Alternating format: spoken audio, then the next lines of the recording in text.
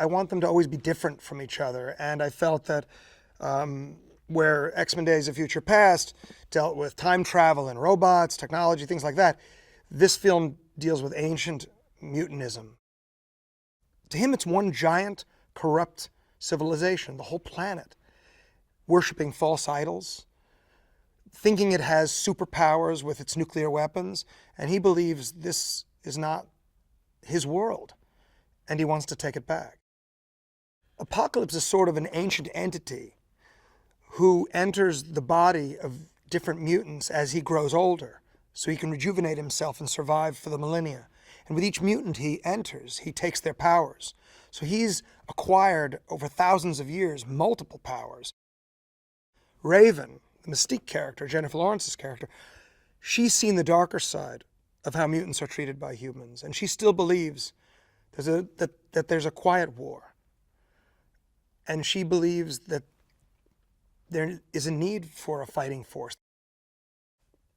When we meet Storm, her powers are quite limited. She has got a mohawk, it's brown, her hair's brown. She uses her powers for petty things.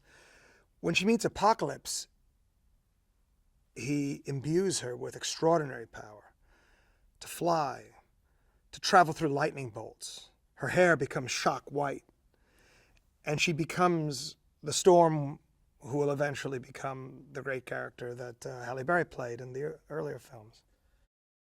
I wanted to bring in a couple of new characters that had powers that were just very different than we'd seen before. Now, I know Angel played a smaller role in X-Men 3, but I thought this version I could have both Angel and eventually Archangel, and I could express them to their full potential.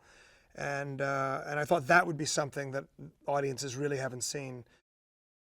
Olivia has a lot of elaborate fight sequences, some that are quite dangerous, a lot of stunts, or most stunts she wanted to do herself. So she trained very heavily in martial arts and in sword fighting and all kinds of things. So she was fully prepared to do all of her own wire work, all of her own sword fighting, psionic blade fighting, so you have to use your imagination for that.